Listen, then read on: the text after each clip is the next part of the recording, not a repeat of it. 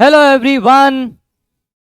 Hello everyone, सारे के सारे प्यारे प्यारे बच्चों, कैसे हैं सारे के सारे? ऑल गुड है ना? सेम चीज बार बार हम रिपीट करते हैं हर लेक्चर में। कुछ नया इंट्रोडक्शन का तरीका निकालना पड़ेगा, है ना? बट कोई बात नहीं, जब तक मेरे को नया इंट्रोडक्शन का तरीका नहीं आ रहा हम ऐसी बात करेंगे कि कैसे हैं प्यारे प्यारे बच्चों। बढ़िया। बच्चे का एक मैंने कमेंट पढ़ा, बहुत प्यारा कमेंट लगा मुझे कि सर आप जब बोलते हो तो आंखों में आंसू आ जाते हैं। नहीं नहीं, मेरा ऐसे कोई मकसद नहीं है कि मैं रुलाना चाहता हूँ तुम्हें, मेरा कोई मकसद नहीं है। बट हाँ, कुछ कुछ लाइफ की, जिंदगी की कुछ ऐसी चीजें हैं जो जनरली लोग बताएंगे नहीं कभी तुम्हें। एक चीज हमेशा बोली जाती है ना भाई, स्कूल में जब आप केमिस्ट्री प्रैक्टिकल, फिजिक्स, बायो के प्रैक्टिकल करते थे तो भाई there is a manual to follow. अब लाइफ की तो कोई आज सच मैनुअल बनी नहीं है कि this is how to lead the ideal life. आप कुछ भी करोगे, इतने सारे एक्सटर्नल फैक्टर्स हैं जो कभी कांस्टेंट रहते ही नहीं है। ऐसा नहीं है कि आज से 10 साल पहले उस बंदे के लिए कंडीशन ऐसी थी तो आपके लिए भी ऐसी कंडीशन होगी। Conditions are ever changing. तो व्हाट आई पर्सनली बिलीव, मेरा अपना ये मानना है कि जितने ज़्यादा अपने एक्सपीरियंसेस से हम किसी और को गाइडेंस दे पाएँ उतना बेटर है। तो बस इसलिए कुछ ना कुछ छोटी मोटी चीज़ें तुमसे शेयर कर देता हूँ, थोड़ी गहराइयों में चला जाता हूँ और फिर थोड़ा तुम भी भावुक हो जाते हो, ठीक है? बट कोई बात नहीं। एक मैंने कमेंट पढ़ा था कि सर थोड़ा हिंदी में बोलिए। बेटा हिंदी में मैं बोलता हूँ, बट जो टिपिकल हिंदी मीडियम वाले वर्ड्स हैं वो मुझे नहीं आते हैं। कोशिश करूंगा कि अगर मैं पढ़ पाऊँ तो वो भी पढ़ के आना शुरू कर दूंगा, ठीक है? तो वो सारी की सारी चीज़ें हम देख लेंगे एक एक करके। ऑलराइट, तो लास्ट क्लास के नोट्स एक बार हम खोल लें। लास्ट क्लास के नोट्स हम रिवाइज कर लेते हैं। ऑल राइट, तो पिछली क्लास जो हमने करी थी, उस पिछली क्लास में हमने देखा था कि गैमीट फॉर्मेशन कैसे होती है। गैमेट फॉर्मेशन के हमने तरीके देखे थे। एक मेथड पढ़ा था जिसको हमने कहा था फोक लाइन मेथड, कि आपको जितने भी जीन्स दिए हैं, लॉ ऑफ सेग्रीगेशन ने यह कहा था कि गैमीट बनते टाइम में उस गैमीट के अंदर हर जीन का एक अलील आएगा, सिर्फ एक ही आएगा और आएगा जरूर। तो अगर 4 जीन्स हैं तो एक एक अलील आएगा ही आएगा, और कॉम्बिनेशन हम दिमाग में तो बना नहीं सकते बैठ के इतने। तो हमने कहा था कि फोक लाइन बनाते जाओ, ए के जितने टाइप्स हैं उनको अलग करो, उनके साथ बी के टाइप्स, उनके साथ सी, फिर डी, फिर ई, जितने हैं अलग अलग करते जाओ। फॉर्मूला पढ़ा था 2 की पावर n। फिर हम आ गए थे आगे शिफ्ट करके अपने एक्सेप्शंस पे। हमने कहा था, मेंडल जी ने क्या कहा था? मेंडल जी ने कहा था कि भाई F1 किसी एक ही पेरेंट को रिजेंबल करेगा, दोनों को नहीं करेगा। हमने कहा था वो कभी ब्लेंडिंग नहीं करता, इंटरमीडिएट नहीं बनाता। और उन्होंने कहा था एक जीन से एक कैरेक्टर कंट्रोल होगा। तो हमने कहा था इसके वैरायटी ऑफ एक्सेप्शंस थे। कभी कभी एक जीन एक से ज्यादा कैरेक्टर को अफेक्ट करती है, तो वो हमने कहा था प्लियोट्रॉपी। तो वो जो प्लियोट्रॉपी है वो हम आज पढ़ेंगे। फिर हमने पढ़ा कि मेंडल ने तो कहा था एक जीन वन कैरेक्टर, बट एक से ज्यादा जीन भी एक ही कैरेक्टर के लिए काम कर सकते हैं। तो वो था पॉलीजीनिक इनहेरिटेंस, वो हम इससे अगले लेक्चर में करेंगे। फिर हम देखेंगे, हमने कहा था इनकम्प्लीट डोमिनेंस के बाद एनसीईआरटी ने एक टॉपिक दिया हुआ था कॉन्सेप्ट ऑफ डोमिनेंस। तो ये कॉन्सेप्ट ऑफ डोमिनेंस वाला जो चीज है ये हम आज डिस्कस करेंगे।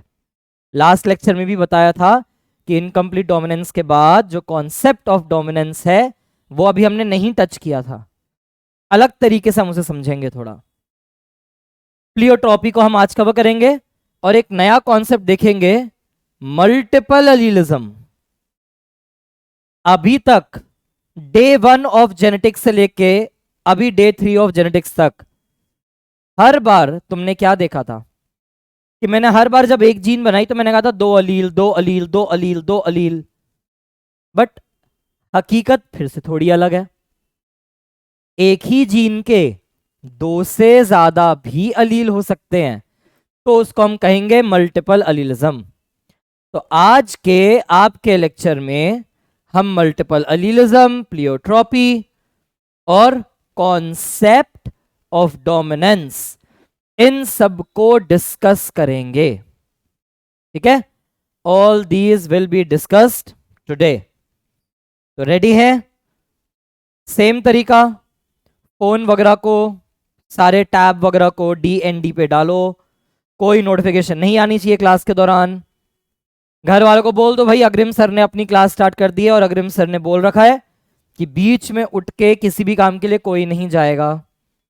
बड़े बड़े बच्चे हो गए हैं, अब छोटे बच्चे तो है नहीं, मैं गो टू टॉयलेट करते रहेंगे बैठ के, है ना। आज मॉडर्न जमाना आ गया, मैं गो टू वॉशरूम भी नहीं चलेगा। बड़े बच्चे हो गए हैं, अपना ब्लैडर खाली करके बैठेंगे, खाना पीना जो भी करना है पहले या बाद में करेंगे। क्लास के टाइम पे बिल्कुल फुल फोकस जैसा एक्चुअल क्लास में करना होता है, ठीक है? ऑल राइट, तो with this your Agrim sir welcomes you to your Drona batch. तो हम अपना आज लेक्चर नंबर 4 स्टार्ट करने जा रहे हैं। टॉपिक्स हमने देख लिए हैं। डेट डालो, मैंने हर बार कहा है always work with the dates, हमेशा डेट डाल डाल के काम करना है। तुम्हारे नोट्स जितने वेल स्ट्रक्चर्ड होंगे उतने अच्छे से तुम सारे काम कर पाओगे, ठीक है? चलो जी, प्लियोट्रॉपी, फर्स्ट हेडिंग प्लियोट्रॉपी। तो प्लियोट्रॉपी को हमने कैसे डिफाइन किया था? जो लास्ट क्लास हमने करी थी उसमें हमने कहा था कि नॉर्मल केस में एक जीन एक कैरेक्टर को गवर्न करती है, नॉर्मल केस में एक जीन एक कैरेक्टर को कंट्रोल करके रखती है, लेकिन हमेशा ऐसा जरूरी नहीं है। तो प्लियोट्रॉपी में हमने क्या कहा था? प्लियोट्रॉपी में हमने कहा था, लिखो, सिंगल जीन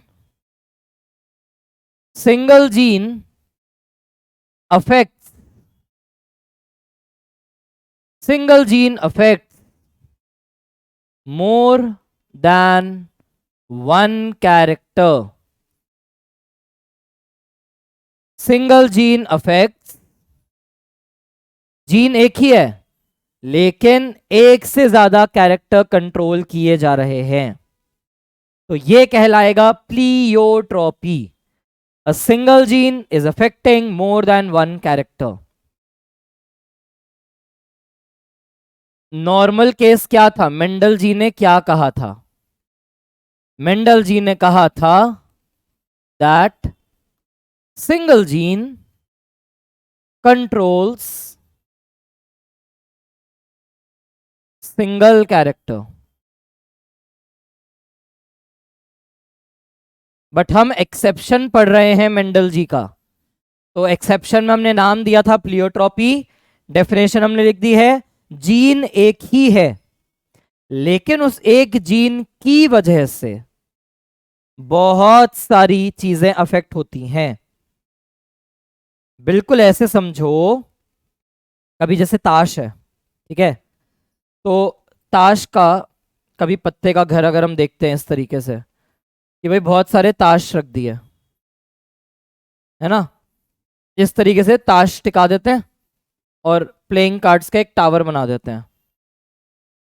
अब इसमें से तुम कोई भी एक पत्ता हिलाओ पूरा टावर गिर जाएगा, है ना।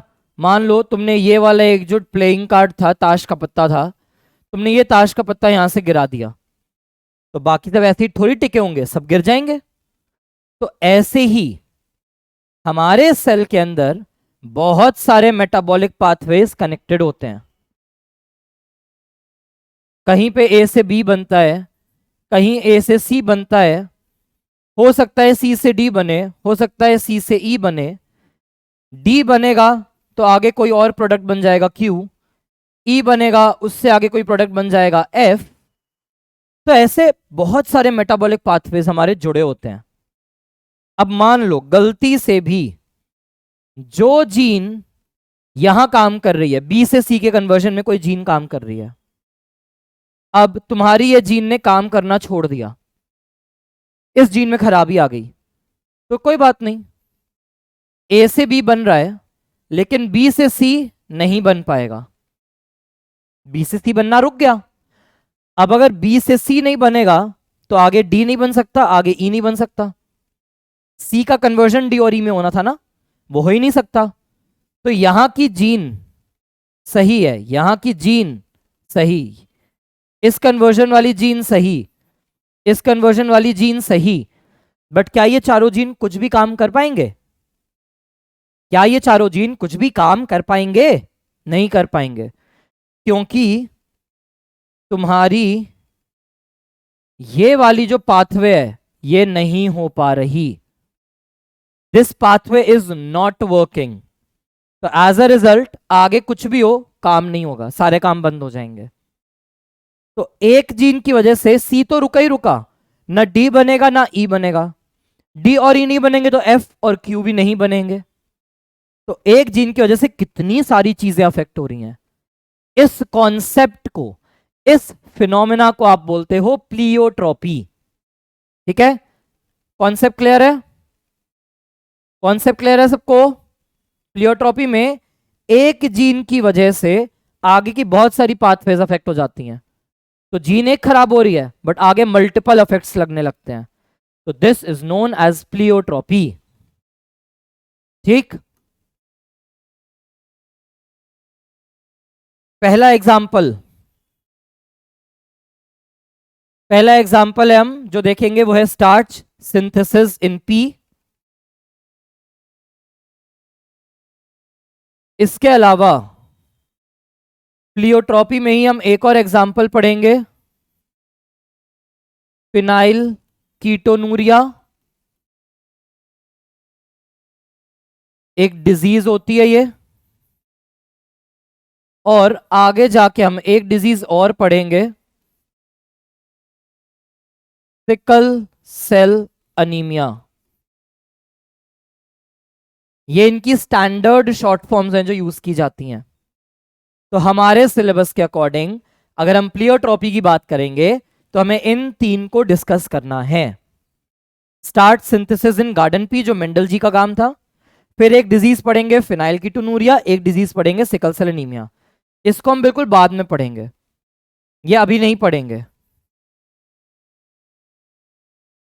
It will be discussed later, बाद में जब बहुत सारी डिजीज पढ़ेंगे तब पढ़ेंगे। अभी हम खाली इन दो को पढ़ेंगे, starch synthesis in garden pea and फिनाइल कीटोनूरिया। There is your single view. Again कई लोगों ने बाद में लेक्चर देखना स्टार्ट किया होगा, तो again I am repeating, single view बोलने का मतलब है कि आप वहां पे पॉज करके अपना रिटन वर्क कर सकते हैं। ठीक है, तो एक एक करके देखते हैं हम सारे कॉन्सेप्ट।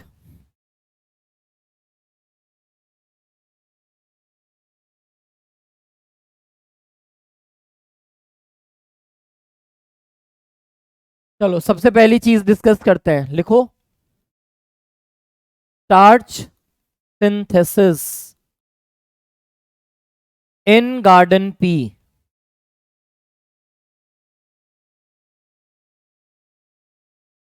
गार्डन पी का साइंटिफिक नेम लिखो अपनी अपनी कॉपी में। गार्डन पी का साइंटिफिक नेम लिखो कॉपी में। अगेन जिन लोगों ने नाम लिख लिया वेरी गुड, जो नाम नहीं लिख पा रहे रिवीजन स्ट्रॉन्ग करिए।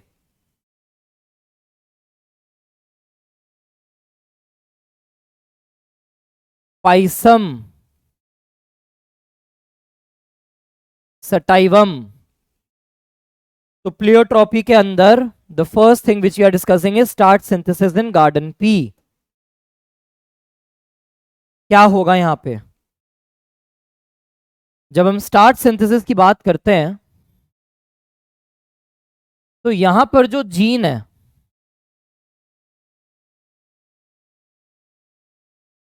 उस जीन का नाम है SBE1। The name of the gene is SBE1। ये जीन का नाम रखा है साइंटिस्ट ने। हमने कहा था जीन्स क्या करते हैं, जीन्स के पास कैरेक्टर स्टोर करने की इंफॉर्मेशन है। जीन के पास किसी कैरेक्टर को एक्सप्रेस करने की इंफॉर्मेशन है ना। हमने क्या पढ़ा था फर्स्ट लेक्चर में कि अगर एक बच्चे की आंखों का रंग ब्लू है तो मम्मी पापा ने अपने आंखों से ब्लू कलर निकाल के नहीं दिया है, बल्कि मम्मी के पास जो एग था वहां पर जो डीएनए है, तो कोई ना कोई डीएनए का टुकड़ा था जिसकी वजह से आगे जाके ब्लू कलर बन पाता है। पापा के स्पर्म के अंदर जो न्यूक्लियस है उसमें जो डीएनए है उसमें पक्का वो टुकड़ा है जिससे ब्लू कलर बन सकता है। तो क्योंकि जाइगोट में वो दोनों अलील्स एक साथ आए जो ब्लू कलर बनवाते हैं, तो बच्चे की जब आंखें डेवलप हुई, जब उसके पिगमेंट डेवलप हुए, तो उस जीन ने ब्लू कलर बनवाया। तो जीन कोड फॉर मतलब उसके पास इंफॉर्मेशन है। तो इस जीन से जो एंजाइम बनता है उस एंजाइम का नाम है स्टार्च ब्रांचिंग एंजाइम। इस डीएनए के टुकड़े से यह एंजाइम बनता है और इसकी हम स्टडी करेंगे।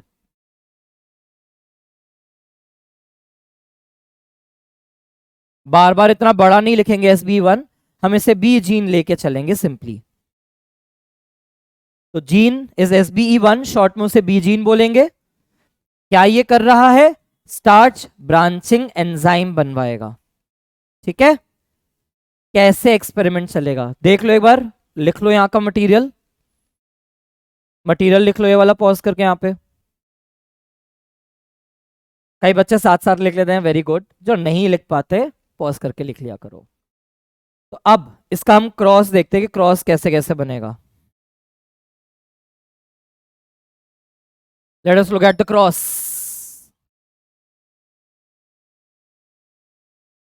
हमेशा हमने क्या पढ़ा है? There has to be a parent, there has to be a parent. तो एक पेरेंट है विच इज होमोजाइगस डोमिनेंट, और ऑब्वियस है दूसरा पेरेंट होमोजाइगस रिसेसिव। अब जो होमोजाइगस डोमिनेंट पेरेंट है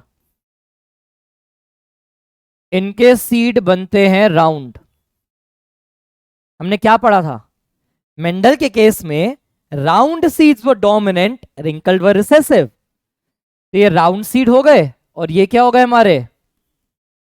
रिंकल्ड सीड। तो we have round seeds and we have wrinkled seeds. अब सीड की जब हम बात करते हैं ना, एक डाइकॉट सीड की, मटर क्या है? डाइकॉट है। तो जब आप मटर देखते हो, हम पढ़ते हैं डाइकॉट में कॉटिलिडन होता है, कॉटिलिडन के अंदर मिलता है स्टार्च। तो जब हमने बीबी को देखा, आप सीड को काटते हो जैसे खीरा काटते हैं, टमाटर काटते हैं, सीड को भी लो और बिल्कुल थिन स्लाइसेस काटते हैं, बहुत थिन स्लाइसेस, और आयोडीन से स्टेन करते हैं। क्यों आयोडीन यूज किया? पता होना चाहिए, ये 9th-10th की चीज है ये। पढ़ाई का ये मतलब नहीं होता कि पेपर दिया और पुराना भूल गए। पुराना याद रख रख के हर स्टेप पे आगे बढ़ना होता है। तो ये जो बचपन की मिस्टेक है ना कि हम तो बस पेपरों के लिए पढ़ते हैं पास होने के लिए, यही आज नुकसान दे रहा है तुम्हें, और कुछ नुकसान दे नहीं रहा है। समझे? बचपन से ये हैबिट होती थी ना कि यार ये तो बस बस पास हो जाए, बस पास हो जाए, बस पास हो जाए। वही नुकसान आज झेलने को मिल रहा है। अगर तुम्हें लग रहा है ना हमें याद नहीं हो रही चीजें, हमेशा तुमने फोकस किया था बस शॉर्ट टर्म चीजें याद करने पर, लॉन्ग टर्म चीज याद करने का कोशिश ही नहीं किया कभी। लॉन्ग टर्म पे ध्यान रखते तो जिंदगी में आगे दिक्कत ना होती। खैर देर नहीं हुई है क्योंकि आगे भी और पढ़ाइयाँ करनी है जिंदगी में, बैचलर्स करनी है, मास्टर्स करनी है। आज से अभी भी टाइम है। चीजों को इसलिए मत पढ़ो कि बस एक पेपर पास करना है, सबसे बड़ी मिस्टेक है ये। चीजों को पढ़ो क्योंकि तुम्हारा मन है उनको पढ़ने का, तुम चाहते हो उन्हें पढ़ना, तुम चाहते हो उन्हें याद रखना। Always remember this. बहुत छोटी छोटी चीजें हैं ये, लाइफ में बहुत ह्यूज इंपैक्ट देती हैं। तो आप मटर के बीज लो, एक फाइन ब्लेड लो, उससे एकदम पतले पतले स्लाइस काटो। Iodine stains starch. तो जब तुम अपनी स्लाइड को माइक्रोस्कोप में लगाओगे तो तुम्हें उन स्लाइड्स के अंदर, उन मटर के जो तुमने स्लाइसेस बनाए हैं, आयोडीन से स्टेन करने के बाद ब्लू ब्लैक कलर के स्टार्च ग्रेन्स दिखेंगी। तो कैपिटल बी कैपिटल डी वाले में जो स्टार्च ग्रेन्स थे वो बहुत बड़े बड़े थे, बहुत बड़े बड़े लार्ज स्टार्च ग्रेन्स दिखे। और स्मॉल बी के जो रिंकल्ड सीड्स थे उनके स्लाइड्स बनाए, तो उसमें देखिए small starch grains, starch grain का साइज बड़ा छोटा था। ठीक है, तो पेरेंट हो गया हमारा। मुझे पता है यहां से गेमीट क्या बनेगा, मेंडल वाला हम कॉन्सेप्ट पूरा एक क्लास लगा के पढ़ चुके हैं। तो यहां से बनेगा कैपिटल बी, यहां से गेमीट बनेगा स्मॉल बी, और जब इनका हम क्रॉस कराएंगे तो क्रॉस करा के मुझे मिलेगा F1 जनरेशन, और रिजल्ट क्या मिला, ऑल राउंड सीड्स। ऑब्वियस है हेटेरोजाइगस ही बनेगा F1। अगर आपने पेरेंट्स को होमोजाइगस लिया है तो F1 has to be heterozygous, और round is dominant over wrinkle, तो सारे राउंड सीड्स। इनके भी मटर को लिया, ब्लेड लिया और पतले पतले स्लाइसेस काटे, आयोडीन से स्टेन करके माइक्रोस्कोप में लगाया। अब इन्होंने देखा कि अब जो स्टार्च ग्रेन्स हैं वो कैपिटल बी जितने बड़े नहीं है और स्मॉल बी जितने छोटे नहीं है, बल्कि इंटरमीडिएट साइज के स्टार्च ग्रेन बने। इंटरमीडिएट साइज के स्टार्च ग्रेन्स बने हैं। तो कुछ अलग सा रिजल्ट आया है। राउंड और रिंकल के क्रॉस से राउंड बना, ये हमें समझ में आता है क्योंकि मेंडल ने ऐसा कहा था।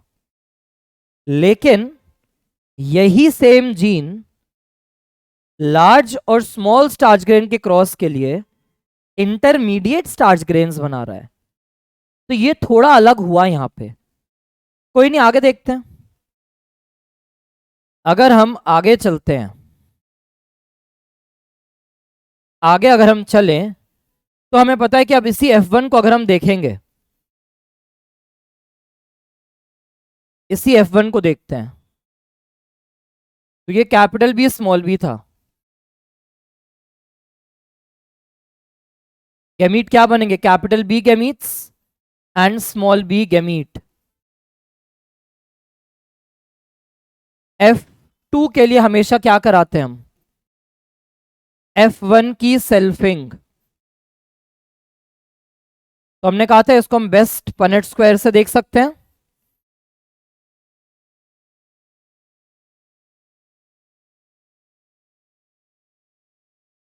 पोलन ग्रेन के पास, कुछ के पास कैपिटल बी अलील, कुछ के पास स्मॉल बी अलील। कुछ ओव्यूल्स के अंदर कैपिटल बी वाला एग, कुछ ओव्यूल्स के अंदर स्मॉल बी वाला एग। अब करते हैं इनकी fertilisation. Capital B capital B, capital B small B, capital B small B, small B small B. Genotypic ratio 1:1 ही है। जब भी आप सिंगल जीन का क्रॉस बनाओगे तो जीनोटिपिक रेशियो हमेशा 1:2:1 ही दिखेगी। जब सीड्स को देखा, जब सीड को देखा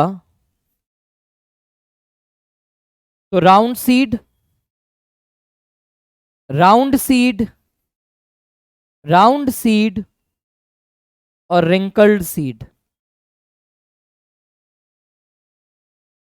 वही रेशियो है। लेकिन जब स्टार्च ग्रेन्स को देखा, स्टार्च ग्रेन को जब देखा तो यहां पे मिले लार्ज स्टार्च ग्रेन्स, इसमें और इसमें मीडियम साइज, और यहां पे आए स्मॉल साइज के स्टार्च ग्रेन्स। तो अब अगर हम F2 के रिजल्ट को टैब्यूलेट करके लिखें अच्छे से, तो हम क्या लिखेंगे, F2 के इस रिजल्ट को अगर हम लिखें तो हम कैसे लिखेंगे,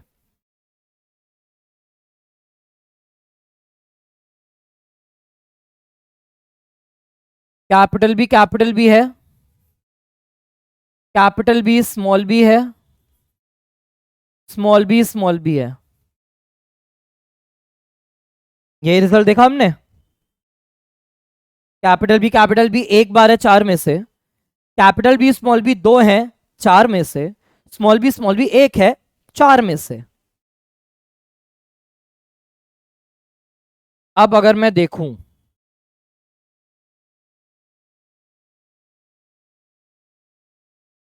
सीड का शेप मुझे क्या मिला? राउंड,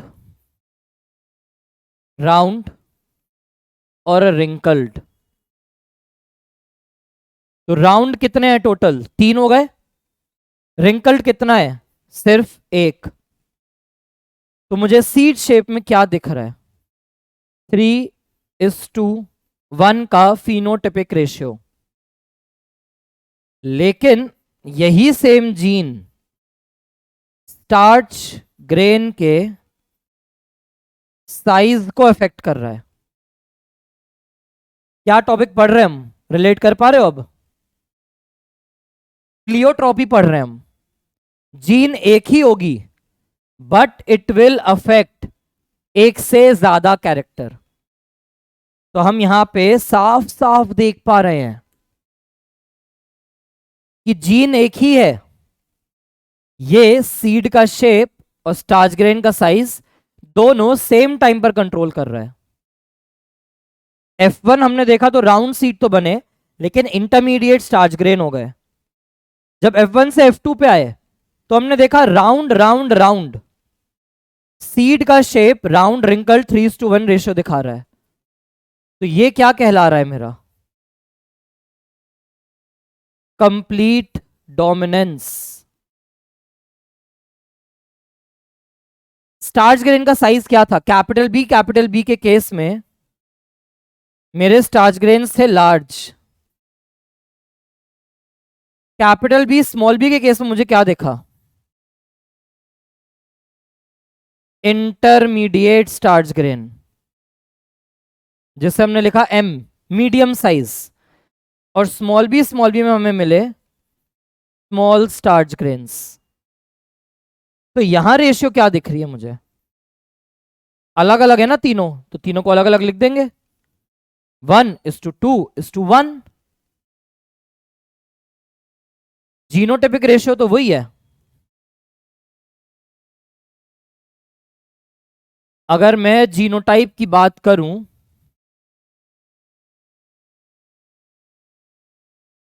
तो जीनोटाइपिक रेशियो चेंज नहीं हो रही।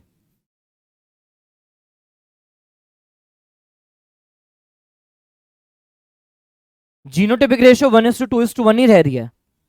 लेकिन सीड के शेप को जब देखा, सीड शेप मेरा क्या है? कैरेक्टर है। तो मैंने देखा ये दिखा रहा है 3:1 which is known as complete dominance, क्योंकि 3 राउंड है, एक रिंकल्ड। लेकिन जब मैं इसका दूसरा कैरेक्टर देख रहा हूं, जीन वही है, इसी जीन की हम बात कर रहे हैं, but this is another character, ये तो दूसरा कैरेक्टर है। इसमें हमें क्या रिजल्ट मिला? 1:2:1। और हम क्या देख रहे हैं? Intermediate phenotype. इंटरमीडिएट फिनोटाइप कौन से टाइप के डोमिनेंस में आता था? आंसर डालो कमेंट बॉक्स में।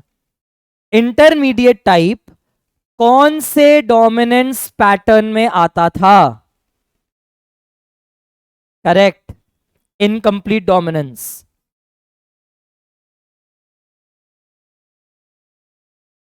Incomplete dominance.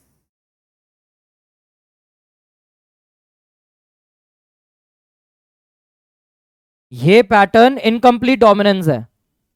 अब कई बच्चों के मन में आ रहा है, मुझे पता है कि सर 1:2:1 तो को डोमिनेंस में भी था, लेकिन को डोमिनेंस में हमने क्या पढ़ा था? कि वो एक मेंबर दोनों पेरेंट को रिजेंबल करेगा। अगर इस कैपिटल बी स्मॉल बी के अंदर कुछ स्टार्च ग्रेन लार्ज और कुछ स्टार्च ग्रेन स्मॉल होते तो कोडोमिनेंस बनता। ये लार्ज और स्मॉल को दोनों को रिजेंबल नहीं कर रहा, दोनों का इंटरमीडिएट, दोनों का मिक्सचर बन चुका है। तो इसलिए ये हो गया हमारा इनकम्प्लीट डोमिनेंस। तो ये है तुम्हारा सिंगल व्यू, एक बार देख लेते हैं सारा स्टार्टिंग से। एक ही जीन है, SBE1 जीन, इससे एक ही एंजाइम बन रहा है, स्टार्च ब्रांचिंग एंजाइम। लेकिन ये कर क्या रहा है? it controls seed shape as well as starch grain size. So a single gene is controlling two characters. Homozygous parent, बच्चा हेट्रोजाइगस, लेकिन शेप के लिए कंप्लीट डोमिनेंस दिख रही है, और लार्ज और स्मॉल के क्रॉस में इनकम्प्लीट डोमिनेंस दिख रही है, क्योंकि इंटरमीडिएट स्टार्च ग्रेन बन गए। F2 को जब देखा तो भी हमारा रिजल्ट वेरीफाई हो रहा है। सीड के शेप के लिए 3:1 ratio complete dominance, starch grain के साइड के लिए 1:2:1 रेशियो। तो single gene is controlling more than one character, इसीलिए इसको हम बोल रहे हैं प्लियोट्रॉपी। क्लियर है? एक जीन ने एक से ज्यादा कैरेक्टर सेम टाइम पे कंट्रोल किया है। ठीक, अब नेक्स्ट इसी लॉजिक से, इसी एग्जांपल से हम समझेंगे कॉन्सेप्ट ऑफ डोमिनेंस। इसी से हम समझेंगे कॉन्सेप्ट ऑफ डोमिनेंस। जीन तो एक ही है ना तुम्हारी, दो अलग जीन तो ली नहीं तुमने, एक ही जीन है। पूरा क्रॉस भी हमने एक बार में बनाया है, लेकिन हम क्या कह रहे हैं कि यही जीन, ध्यान से सुनना, ध्यान से सुनो वापस, यही जीन एक से ज्यादा कैरेक्टर कंट्रोल कर रही है, तो प्लियोट्रॉपी। अब कैरेक्टर जो है, अगर सीड शेप लोगे तो तुम क्या बोलोगे, जीन कैसा है, कंप्लीट डोमिनेंस दिखा रहा है। बट अभी अगर मैं तुमसे बोलूं कि बेटा ये जो बी जीन है, ये स्टार्च ग्रेन साइज के लिए क्या डोमिनेंस दिखा रहा है, कैसी इनहेरिटेंस दिखा रहा है, तो तुम बोलोगे इनकम्प्लीट डोमिनेंस है। अगर मैं तुमसे बस ये बोल दूं कि पी का जो बी जीन है उसका इनहेरिटेंस कैसा होगा, अगर मैं तुमसे बस ये बोल रहा हूं कि बी जीन जो है, SBE1 जीन जो है मटर में, उसका इनहेरिटेंस कैसा होगा, तो क्या तुम इतनी स्टेटमेंट पर आंसर दे पाओगे कभी मुझे? नहीं दे पाओगे। क्यों? मैंने तुम्हें बताया ही नहीं किस कैरेक्टर के लिए पूछ रहा हूं। अगर तुम बोलोगे सर कंप्लीट डोमिनेंट है, मैं बोल दूंगा नहीं, वो तो इनकम्प्लीट डोमिनेंस दिखा रहा है। अगर तुम बोलोगे सर वो इनकम्प्लीट डोमिनेंट है, तो मैं बोल दूंगा नहीं, वो तो कंप्लीट डोमिनेंस दिखा रहा है। तो यहां से अब हम समझेंगे क्या, कॉन्सेप्ट ऑफ डोमिनेंस। एनसीईआरटी कहती है कि जो डोमिनेंस है, जो इनहेरिटेंस का पैटर्न है, वो जीन की खुद की प्रॉपर्टी नहीं होती। Dominance is not an autonomous property of a gene. Autonomous मतलब अपनी खुद की बनाई हुई, ऑटोनॉमी मतलब अपनी मनमर्जी चलाना। तो जीन किस टाइप का डोमिनेंस फॉलो करेगा, वो जीन की अपनी खुद की मर्जी नहीं है। फिर से सुनो, जीन किस टाइप का इनहेरिटेंस फॉलो कर रहा है, किस टाइप का डोमिनेंस दिखा रहा है, वो जीन की अपनी खुद की मर्जी से डिसाइड नहीं होता। किससे डिसाइड होगा? वो डिसाइड होगा कि जीन ने क्या प्रोडक्ट बनाया, उस प्रोडक्ट्स में आपस में कैसी इंटरेक्शन हुई, और आपको किस टाइप का फिनोटाइप मिला। स्टार्च ब्रांचिंग एंजाइम तो वही है, बट सीड के शेप में वो सब राउंड ही दिख रहे हैं। तो आप बोल दोगे 3:1 रेशियो देख के कि वो कंप्लीट डोमिनेंस है। लेकिन स्टार्च ग्रेन के साइज में वही सेम जीन, वही सेम एंजाइम 1:2:1 का रेशियो दे रहे हैं, तो तुम इसको बोल दोगे इनकम्प्लीट डोमिनेंस। तो वही एक जीन दो टाइप के पैटर्न्स दिखा रही है। तो नेक्स्ट हेडिंग डाल लो, concept of dominance. Next heading डालो, कॉन्सेप्ट ऑफ डोमिनेंस।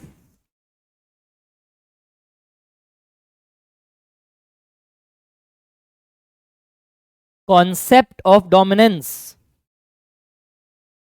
तो जो मैंने अभी तुम्हें समझाया, लिखो फर्स्ट लाइन, फर्स्ट पॉइंट लिखो,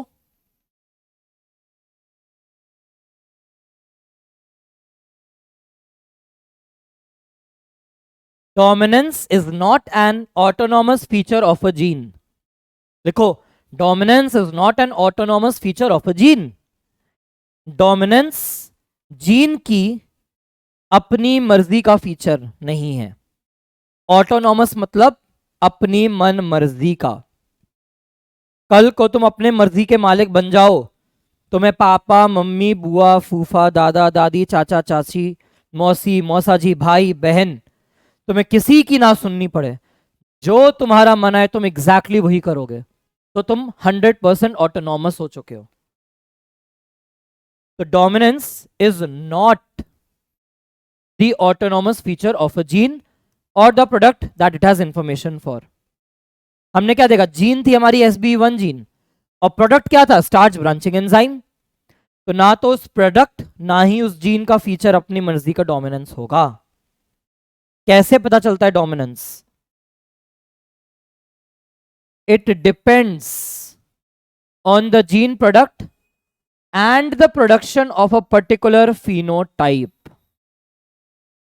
वो प्रोडक्ट कैसा बन रहा है, वो प्रोडक्ट कितना बन रहा है, और उससे कैसा फिनोटाइप बन रहा है, उसके बेसिस पर डिसाइड होगा कि आप डोमिनेंस को क्या बुलाओगे। वही जीन वही प्रोडक्ट, वापस से यही स्लाइड दे लेके आ रहा हूं, पांचवी या चौथी बार समझा रहा हूं, पता है मेरे को, उल्लू मत बनाना मेरा। क्या देखा हमने, यही जीन है ना बीबी, होमोजाइगस हेट्रोजाइगस होमोजाइगस। अब स्टार्च ब्रांचिंग एंजाइम यहां भी बन रहा है, यहां भी बन रहा है, यहां नहीं बन रहा। तो जहां नहीं बन रहा वो रिंकल्ड सीड है, स्मॉल स्टार्च ग्रेन है। कैपिटल बी के बेस केस में स्टार्च ब्रांचिंग एंजाइम है, कैपिटल बी स्मॉल बी में भी स्टार्च ब्रांचिंग एंजाइम है, लेकिन सीड के शेप के लिए यही जीन और यही एंजाइम कंप्लीट डोमिनेंस दिखा रहे हैं। 3:1 का रेशियो मतलब कंप्लीट डोमिनेंस। यही same gene starch grain size के लिए तुम्हें लार्ज फिनोटाइप इंटरमीडिएट फिनोटाइप दे रहे हैं। तो फिनोटाइप देखने की वजह से तुमने उसे इनकम्प्लीट डोमिनेंस बोला है। फिनोटाइप देखने की वजह से तुमने उसे इनकम्प्लीट डोमिनेंस बोला है। तो वो जीन की अपनी डोमिनेंस नहीं थी, उसने क्या प्रोडक्ट बनाया, प्रोडक्ट कैसा बिहेव कर रहा है, उससे कैसा फिनोटाइप आ रहा है, उसके बेसिस पर हमने डोमिनेंस लिखी है अलग अलग। सेम जीन की दो डोमिनेंस लिखी है, एक कैरेक्टर के लिए कुछ और, दूसरे कैरेक्टर के लिए कुछ और। क्योंकि क्योंकि एक ही जीन दो कैरेक्टर कंट्रोल कर रहा है, तो ये प्लियोट्रॉपी थी, और एक ही जीन दो टाइप के डोमिनेंस दिखा रहा है, तो हमने यहां से उठा लिया टॉपिक कॉन्सेप्ट ऑफ डोमिनेंस का। मान लेते हैं यहीं पर आगे चलते हैं, अगर हम कॉन्सेप्ट ऑफ डोमिनेंस पे ही अगर हम आगे चलें,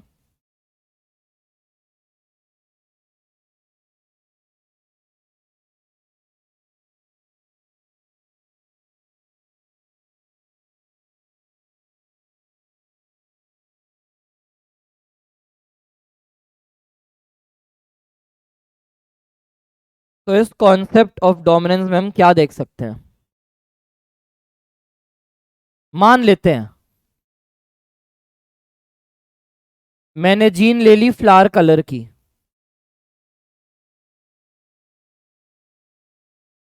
मैंने जीन ले ली किसकी, फ्लावर कलर की।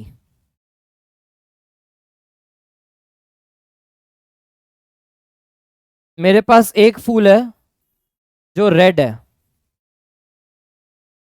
मेरे पास एक फूल है जो वाइट है, और मैंने इनके बीच करा दिया क्रॉस।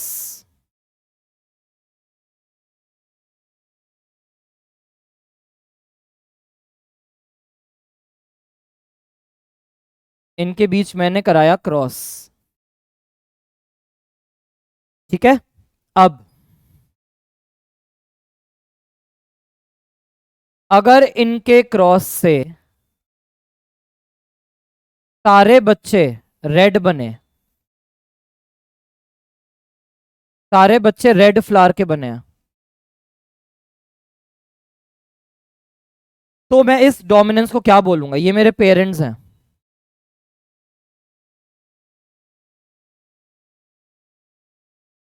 ये पेरेंट्स हैं। पेरेंट हमेशा होमोजाइगस लेके चलते हैं हम, तो ये दोनों है पेरेंट। अब मैं क्या बोलूंगा, फ्लावर कलर की जीन अगर रेड व्हाइट के क्रॉस कराए, हमने रेड और व्हाइट का क्रॉस कराया, मुझे बच्चे दिखे रेड, तो मैं इस पैटर्न को क्या बोलूंगा? मैं इसको बोल दूंगा कंप्लीट डोमिनेंस। अगर रेड और व्हाइट के क्रॉस कराने के बाद, रेड और व्हाइट का क्रॉस कराया और बच्चों के अंदर जो फ्लावर का कलर है वो बन गया पिंक, तो मैं क्या कहूंगा? तब ये रेड और व्हाइट की डोमिनेंस पैटर्न क्या हो जाएगी? Incomplete dominance. और अगर इस रेड और व्हाइट का क्रॉस कराया और क्रॉस कराने के बाद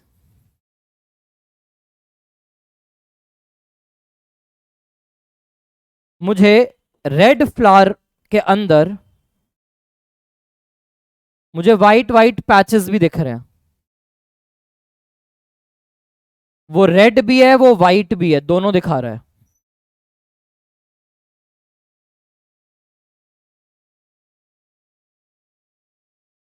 रेड भी है व्हाइट भी है, तो इस डोमिनेंस पैटर्न को हम क्या बोल देंगे? तब इसे हम बोल देंगे कोडोमिनेंस। यही रीजन है जब मेंडल ने गार्डन पी के अंदर फ्लावर कलर को स्टडी किया, अगर हमने देखा flower colour in garden pea, तो flower colour in garden pea में हमें देखा complete dominance. Flower colour in garden pea ने हमको दिखाया कंप्लीट डोमिनेंस। जब हमने स्टडी किया फ्लावर कलर इन स्नैपड्रैगन,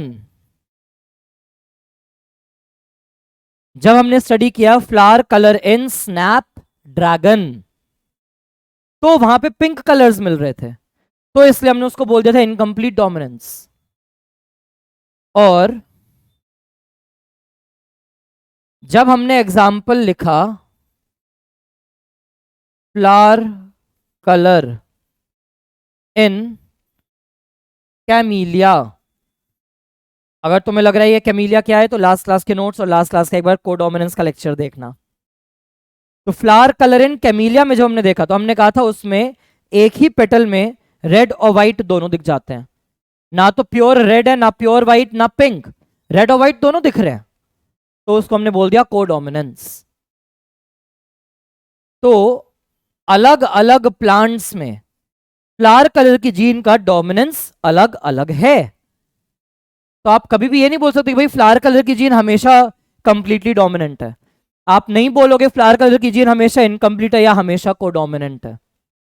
डिपेंड करता है उससे क्या एंजाइम बना, उससे क्या प्रोडक्ट बना, प्रोडक्ट ने क्या फिनोटाइप दिखाया।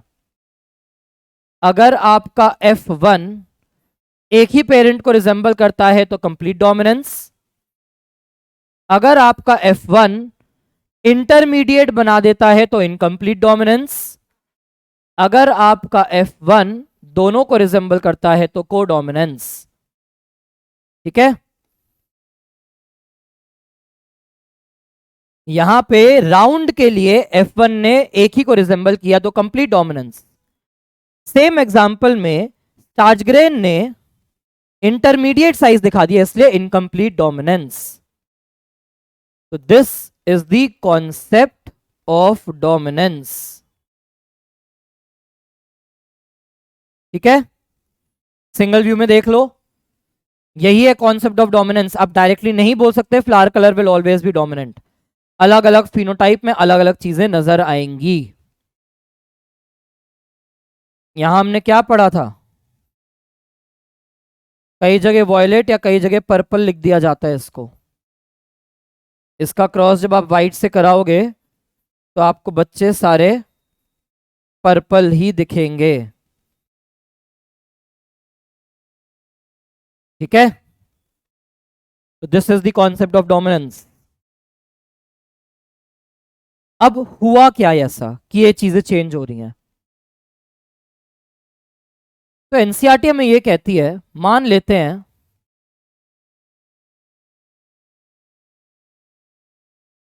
एक नॉर्मल अलील है। नॉर्मल अलील को मैंने बोल दिया S0। मेरे पास एक नॉर्मल अलील है, उसको मैंने बोल दिया S0। अब हो सकता है कि इसमें कोई म्यूटेशन हुई। म्यूटेशन वर्ड का मतलब होता है कोई डीएनए का चेंज। डीएनए में चेंज आने को म्यूटेशन कहते हैं। तो मान लो इस H0 में कोई चेंज आया और इससे एक टाइप बना S1। एक नया थोड़ा अलील बन गया, उसको हमने S1 नाम दिया। और इस S1 से बन रहा है नॉर्मल या लेस एफिशिएंट एंजाइम।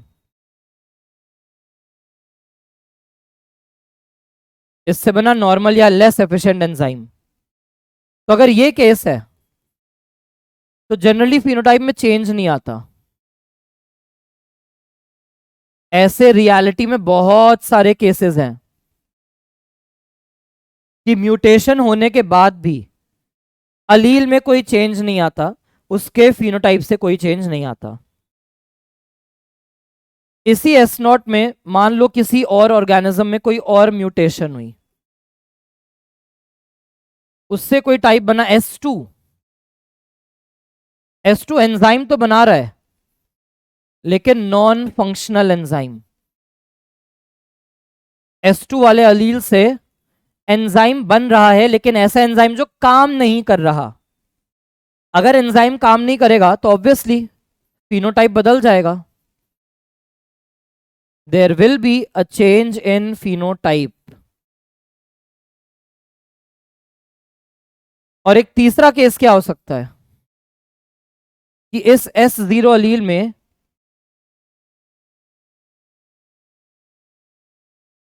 कोई ऐसी म्यूटेशन हुई कि एंजाइम बनना ही बंद हो गया। एंजाइम बन ही नहीं रहा, तो उसकी वजह से भी फिनोटाइप में चेंज आएगा। तो एनसीईआरटी ने कहा है कि एक नॉर्मल जीन जब काम कर रही थी, उस नॉर्मल जीन के काम करने वाले मेंबर को आपने S0 से डिनोट करा दिया। नॉर्मल एंजाइम बन रहा था, नॉर्मल काम चल रहा था। कभी कोई म्यूटेशन हुआ, कोई जेनेटिक चेंज अगर हुआ तो तीन पॉसिबिलिटीज हैं। पहली पॉसिबिलिटी, म्यूटेशन होने के बावजूद नॉर्मल या कम एफिशिएंट एंजाइम बन रहा है। मतलब अगर S0 10 रिएक्शन करा सकता है सेम टाइम पर, तो ये शायद खाली 2 रिएक्शन कराए, लेकिन काम नॉर्मली ही कर रहा है। स्पीड इसकी स्लो हो गई है, एफिशिएंसी घट गई है बस। ठीक है, मैं 4 घंटे में दीवार बना सकता हूं, मेरा दोस्त भी 4 घंटे में दीवार बना सकता था, उसका हो गया एक्सीडेंट। अब वो 10 घंटे में दीवार बनाएगा, काम वो अभी भी नॉर्मल कर रहा है, बस एफिशिएंसी कम हो गई। मैं 4 घंटे में बनाता हूं, वो 10 घंटे में बनाएगा, लेकिन दीवार दोनों की सेम बनेगी। तो S1 भी काम वही कर रहा है जो S0 करेगा, लेकिन थोड़े कम एफिशिएंसी से। तो अल्टीमेटली फिनोटाइप में कोई चेंज नहीं आएगा।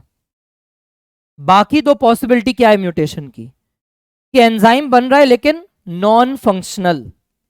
एंजाइम बन रहा है लेकिन वो जो काम करना आप चाहते हो वो काम नहीं कर रहा वो वाला, तो ऑब्वियस है कि फिनोटाइप चेंज कर देगा वो। और तीसरी पॉसिबिलिटी है कि एंजाइम बनना ही बंद हो गया, ऑब्वियस है कि तब भी फिनोटाइप चेंज हो जाएगा। तो दीज आर द 3 पॉसिबिलिटीज कि म्यूटेशन से क्यों अफेक्ट पड़ता है। अब ज्यादातर केस में S2 S3 वगैरह आपके रिसेसिव अलील्स बन जाते हैं। अब आपको देखना पड़ेगा भाई, क्रॉस करा करा के आपको क्रॉस करा के देखना है कि फिनोटाइप कैसा है। तुमने क्रॉस कराया, क्रॉस कराने के बाद मान लो तुमने रैंडमली क्रॉसेस कराने शुरू किए,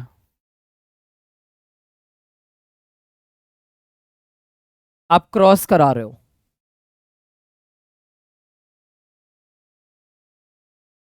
S0 का क्रॉस तुमने कराया S1 से, S0 को क्रॉस कराया तुमने S1 से। वही एग्जांपल ले रहे कि S0 रेड बना रहा है,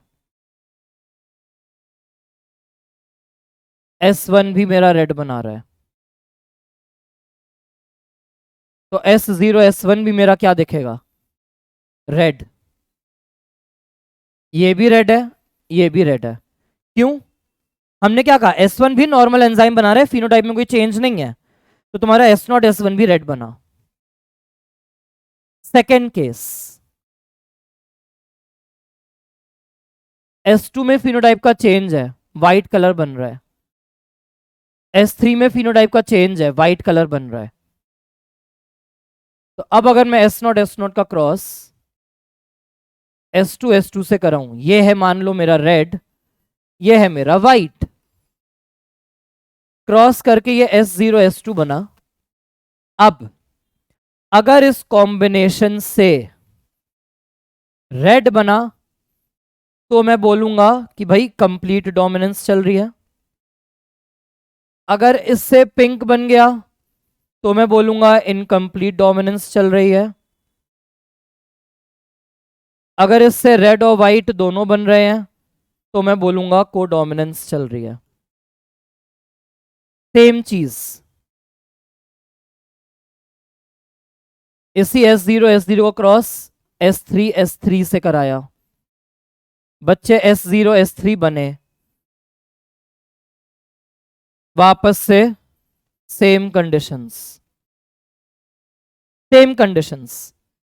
तो अगर तुम्हें किसी भी चीज का डोमिनेंस पता लगाना है तो तुम्हें क्रॉसेस करके फिनोटाइप देख के बताना पड़ेगा कि वो डोमिनेंस पैटर्न क्या है, तुम सिर्फ अज्यूम नहीं कर सकते। तो यही है, जो डोमिनेंस है वो जीन की या जीन के प्रोडक्ट की अपनी मनमर्जी का कॉन्सेप्ट नहीं है, वो कैसा फिनोटाइप दिखाएगा उसके बेसिस पर ये सब डिसाइड होता है। एक ही फिनोटाइप कंप्लीट, मिक्सिंग तो इनकम्प्लीट, दोनों को रिजेंबल कर रहा है तो कोडोमिनेंस। और चेंज आ कैसे सकते हैं वो ये रहे, इन तीन में से कोई एक चेंज आ सकता है, ठीक है। S2 S3 में हमने कहा फिनोटाइप का चेंज है, S1 में फिनोटाइप का चेंज नहीं था, और रिजल्ट देख के बताना पड़ेगा कि तुम्हें डोमिनेंस को क्या बुलाना है। क्या क्या लिखा एनसीईआरटी ने? कई बच्चों ने पूछा था कि सर एनसीईआरटी कैसे रीड करें एफिशिएंटली, तो जैसे मैं तुम्हें पढ़ा रहा हूं ऐसे ही तुम्हें एनसीईआरटी पढ़नी है।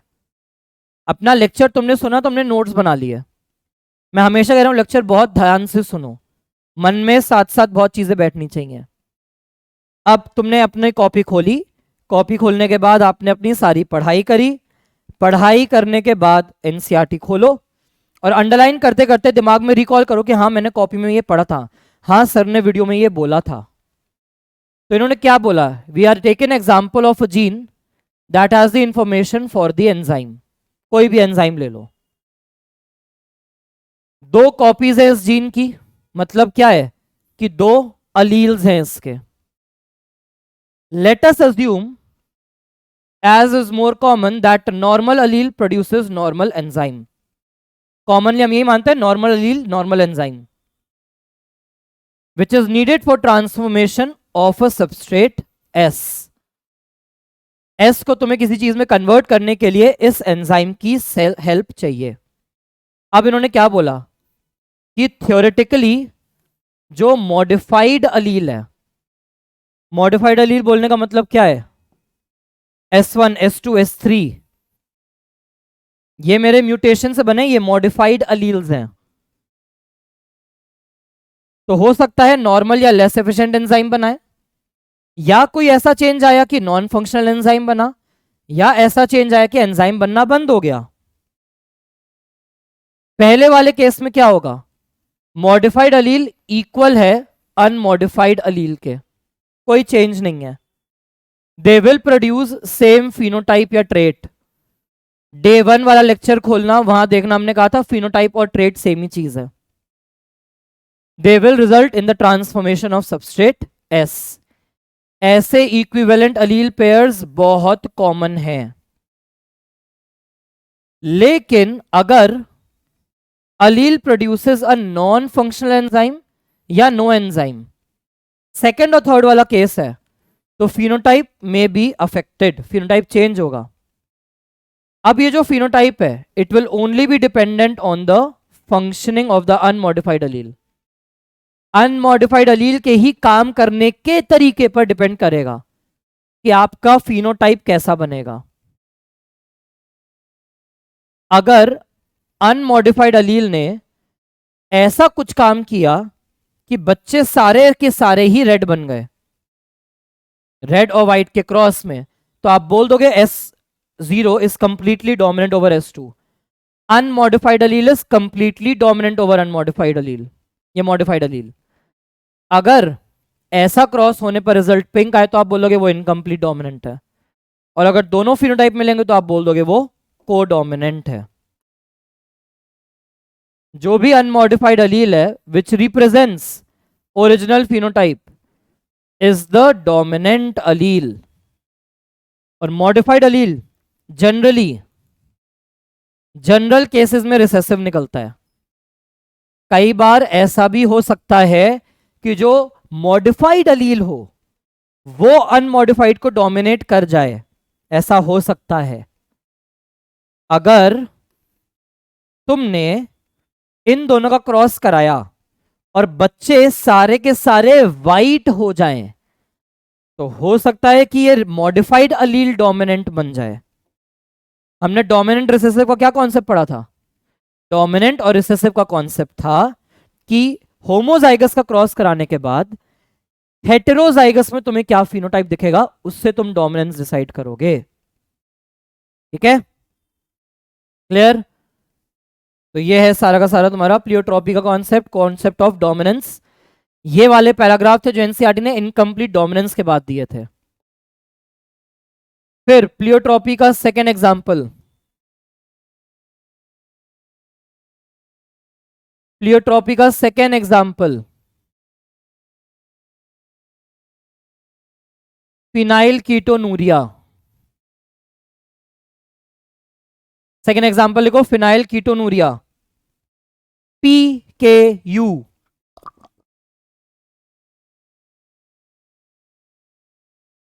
PKU,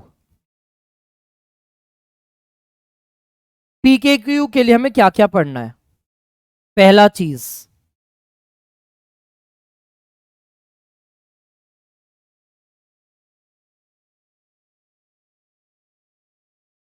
जीन को हम बोलते हैं PAH जीन। इससे जो एंजाइम बनता है उस एंजाइम का नाम है phenyl alanine hydroxylase. Phenyl alanine hydroxylase enzyme बनता है, PAH gene, codes for PAH enzyme, phenyl alanine hydroxylase enzyme. अब हम जब खाना पीना खाते हैं तो हमारे डाइट में एक अमीनो एसिड आता है जिसको हम बोलते हैं फिनाइल एलानिन। ये एक अमीनो एसिड है, और जब ये एंजाइम काम करता है तो ये चेंज होता है टायरोसिन में।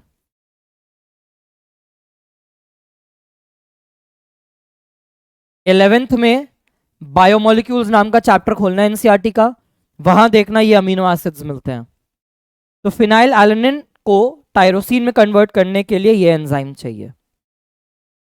ठीक है, सिंगल व्यू में लिख लो एक बार ये, फिर आगे बढ़ते हैं।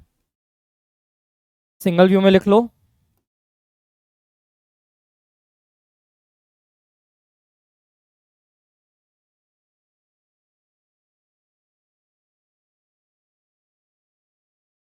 फिनाइल कीटोनूरिया में gene is PAH, enzyme is PAH।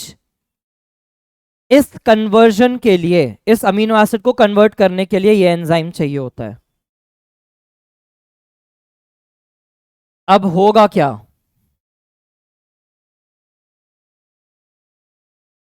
अगर ये एंजाइम डिफेक्टिव हो जाए,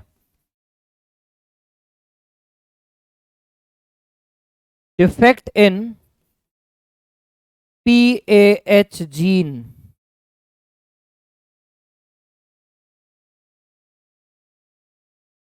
causes फॉलोइंग।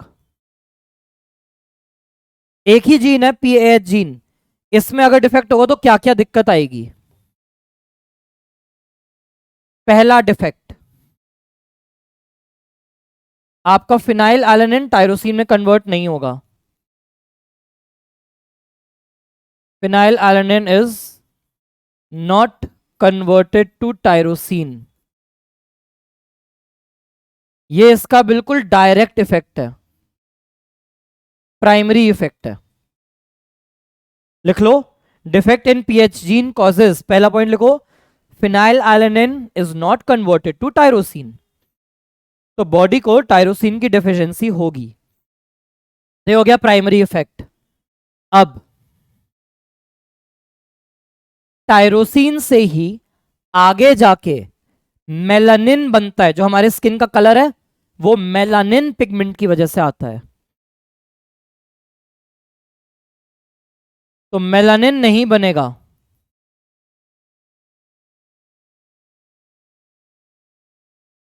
तो इससे क्या होने लगेगा? स्किन का डीपिगमेंटेशन। स्किन का कलर हल्का होने लग जाता है। डीपिगमेंटेशन मतलब पिगमेंट का कम होना। इसके अलावा ये जो फिनाइल एलानिन है, ये रखा रखा phenyl alanine is converted to phenyl pyruvic acid।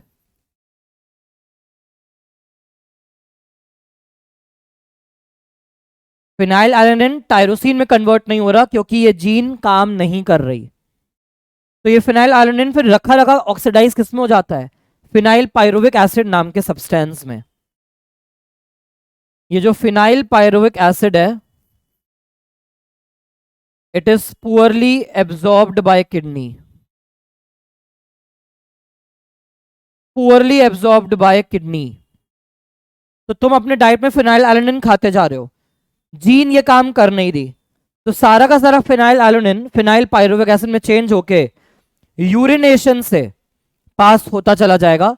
और बॉडी को टायरोसिन की डेफिशिएंसी तो हो ही रही थी, फिनाइल एलानिन की भी डेफिशिएंसी होने लग जाएगी। साथ साथ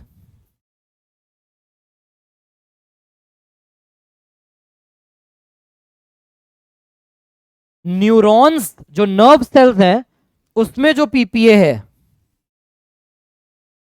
वो इकट्ठा होके मेंटल रिटार्डेशन करा देता है, मेंटल एबिलिटीज को रिड्यूस कर देता है। तो इस एक जीन की वजह से ये सारे क्या हैं? बाकी के सेकेंडरी इफेक्ट। आगे की बहुत सारी चीजें रुक जाती हैं।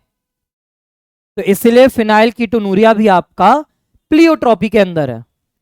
एक जीन से एक नुकसान हुआ कि फिनाइल एलानिन टायरोसिन में कन्वर्ट नहीं हो पाया, ठीक है, लेकिन अब ये फिनाइल एलानिन कन्वर्ट हो किस में रहा है ऑटोमेटिकली? फिनाइल पायरुविक एसिड नाम के सब्सटेंस में। इससे दिक्कत क्या आ रही है? किडनी एब्जॉर्ब नहीं करती, यूरिनेशन से पास होता जा रहा है। अगर न्यूरॉन में चला गया तो मेंटल रिटार्डेशन करा देगा। मेलानिन नहीं बन पा रहा टायरोसिन की एब्सेंस से, तो स्किन का डीपिगमेंटेशन शुरू हो जाता है। तो यह है हमारा फिनाइल कीटोनूरिया।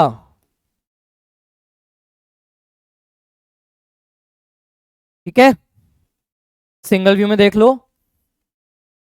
एक जीन अगर सही काम करती तो ये कन्वर्जन हो जाता, आगे मेलानिन भी बन जाता, कोई मेंटल रिटार्डेशन नहीं होती और फिनाइल पायरुविक एसिड नहीं बनता, सब हेल्दी रहता। देख लेते हैं एनसीईआरटी ने क्या क्या कहा है। एनसीईआरटी ने एक पैराग्राफ ये दिया है कि कभी कभी एक ही जीन से बहुत सारे इफेक्ट कंट्रोल होते हैं, प्रोड्यूस होते हैं। एग्जाम्पल दिया है स्टार्ट सिंथेसिस इन पी। एक ही जीन से कंट्रोल हो रहा है, दो ही अलील हैं उसके, कैपिटल बी स्मॉल बी।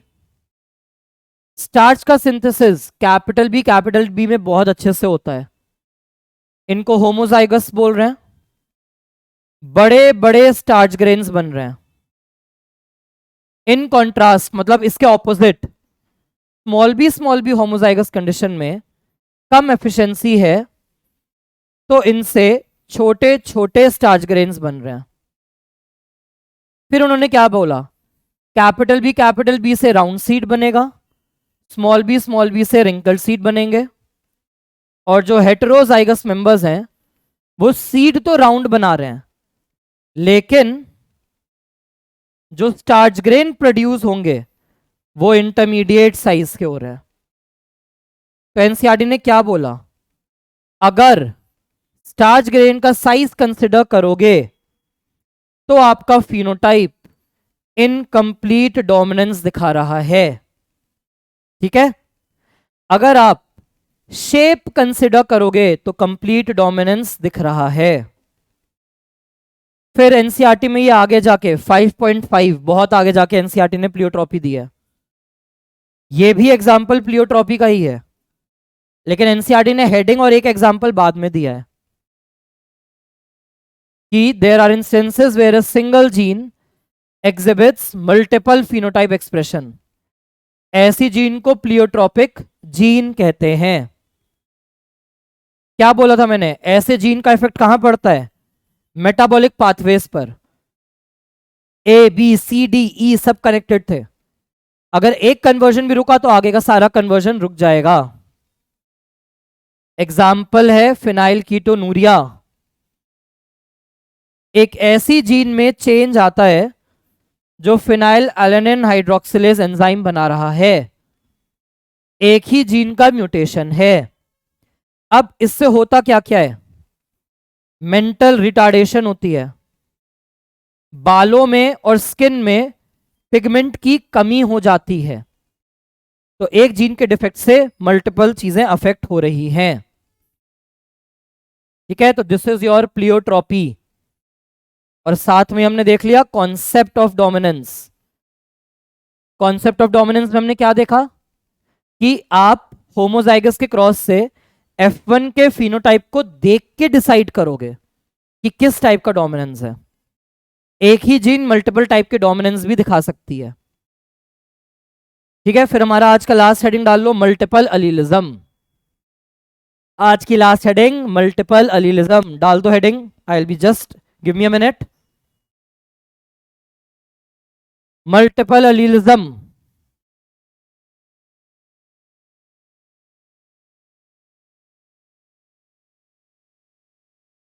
हमने क्या कहा था, अभी तक हर जगह हमने नॉर्मल केस क्या देखा था, अभी तक हर बार हमने देखा that one gene has to alleles. ये हमारा नॉर्मल केस है जो हमने हर जगह देखा कि एक जीन के दो अलील होते हैं। मल्टीपल अलीलिज्म को हम कैसे डिफाइन करेंगे, मल्टीपल अलीलिज्म की डेफिनेशन लिखो।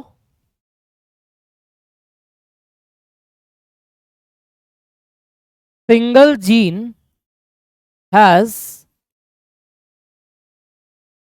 More than to alleles.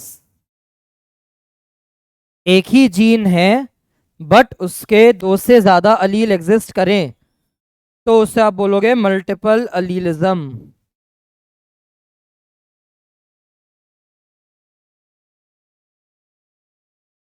एक ही जीन है उसके 2 से ज्यादा अलील हो जाए तो वो कहलाता है मल्टीपल अलीलिज्म।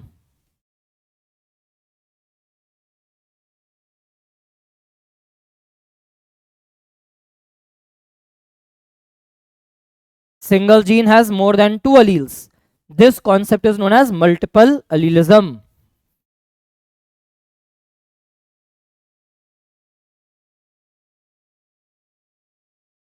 यहां पर जीनोटाइप्स निकालने का एक डायरेक्ट फॉर्मूला है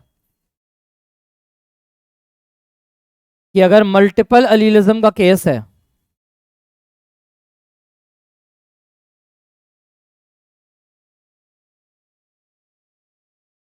n+1/2, n is the number of multiple alleles of a gene. Multiple allelism में ध्यान दो क्या क्या चीज हम देख रहे हैं। क्या लिखा है हमने? Single gene has more than 2 alleles. अभी तक हम पढ़ते आ रहे थे कि एक जीन के 2 ही अलील होंगे, यहां पर एक जीन के 2 से ज्यादा अलील हैं। ये जो सिंगल जीन है it is controlling a single character. इस एक जीन से एक ही कैरेक्टर कंट्रोल हो रहा है, बस उसके अलील 2 से ज्यादा हैं, उसकी वैरायटीज 2 से ज्यादा हैं। और यहां पे डायरेक्ट क्वेश्चन आता है कि जीनोटाइप अगर पूछते हैं तो आप सीधा ये फॉर्मूला लगा सकते हो n+1/2 का।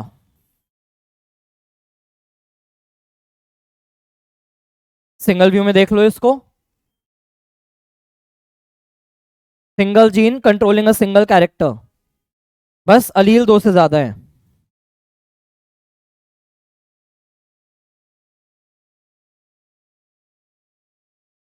मल्टीपल अलीलिज्म को अगर आपको स्टडी करना है तो वो आप एक पॉपुलेशन में स्टडी करोगे।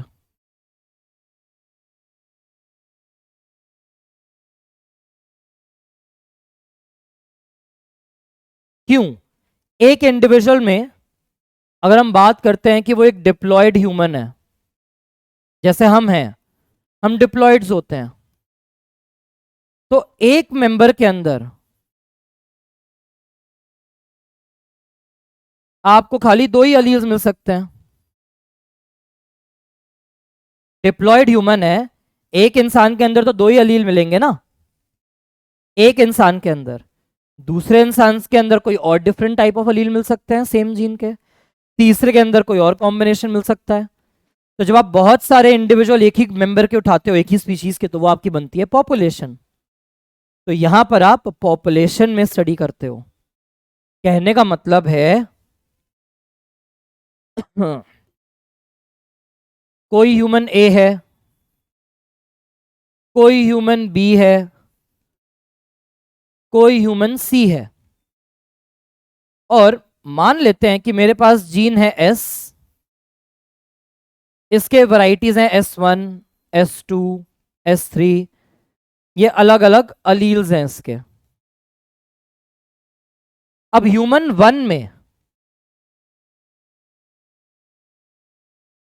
S1 S2 कॉम्बिनेशन मिल सकता है, मिलेंगे 2 ही अलील एक इंडिविजुअल में, लेकिन ह्यूमन बी में हो सकता है S2 S3 हो सकता है ह्यूमन इसमें S1 S3 हो।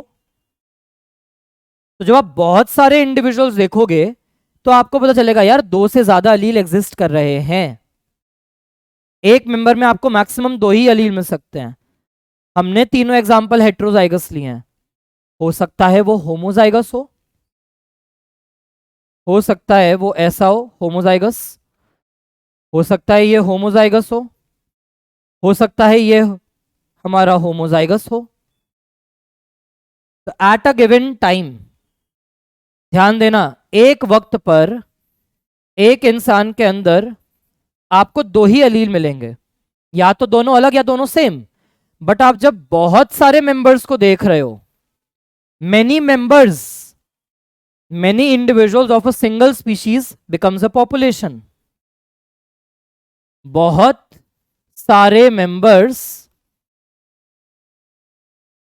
of same species. इसी को आप क्या बोल देते हो? एक पॉपुलेशन. तो एनसीईआरटी भी कहती है अगर आपको मल्टीपल अलील्स पढ़ने हैं तो आपको पॉपुलेशन की स्टडी करनी पड़ेगी.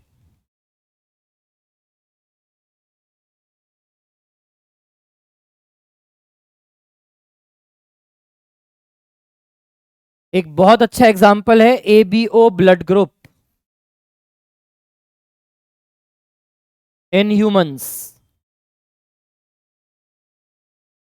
और एक एग्जांपल है, खाली लिखवा रहा हूं, कोट कलर इन रैबिट.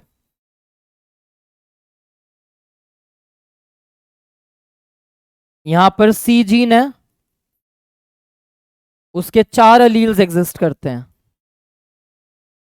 और यहां पर आई जीन है, उसके 3 अलील एग्जिस्ट करते हैं. अब मुझे यहीं से बताओ कि यहां मैक्सिमम नंबर ऑफ जीनोटाइप्स कितने हो सकते हैं. और मुझे बताओ यहां ह्यूमन के केस में नंबर ऑफ जीनोटाइप कितने हो सकते हैं.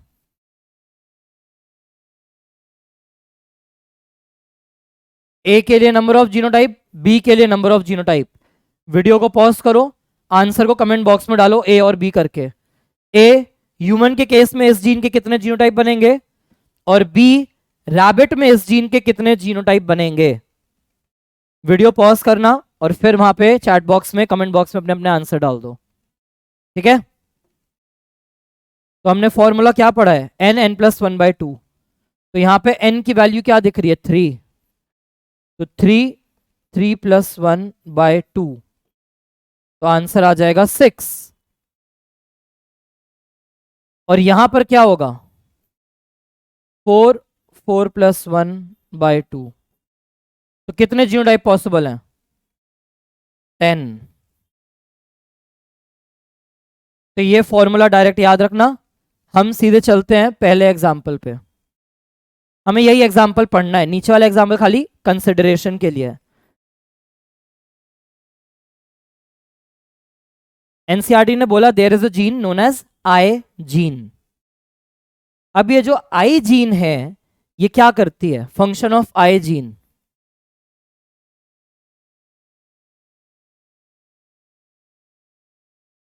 It adds sugars to RBC membrane. Red blood cell के मेम्ब्रेन पर शुगर्स लगाती है. और ये जो शुगर्स हैं, इन्हीं शुगर्स को हम यहां पे एंटीजन भी बोल रहे हैं. एंटीजन मतलब वो स्ट्रक्चर जिससे एंटीबॉडीज का जनरेशन होता है.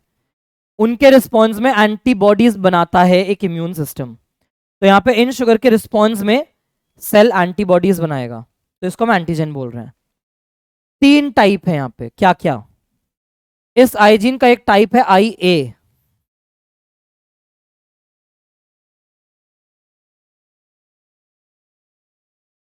Synthesis of antigen A. IB से सिंथेसिस ऑफ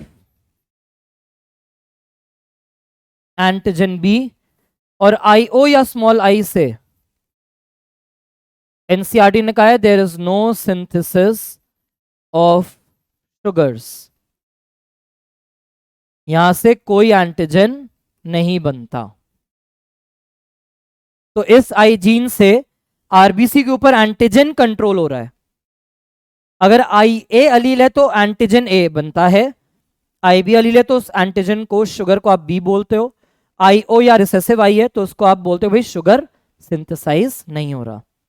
O यहां पे आ रहा है 0 के लिए, एब्सेंस के लिए. अब होगा क्या,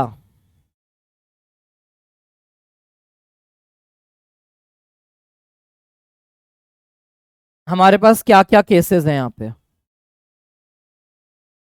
हमने ये तो देख लेना 6 टाइप के जीनोटाइप बनेंगे.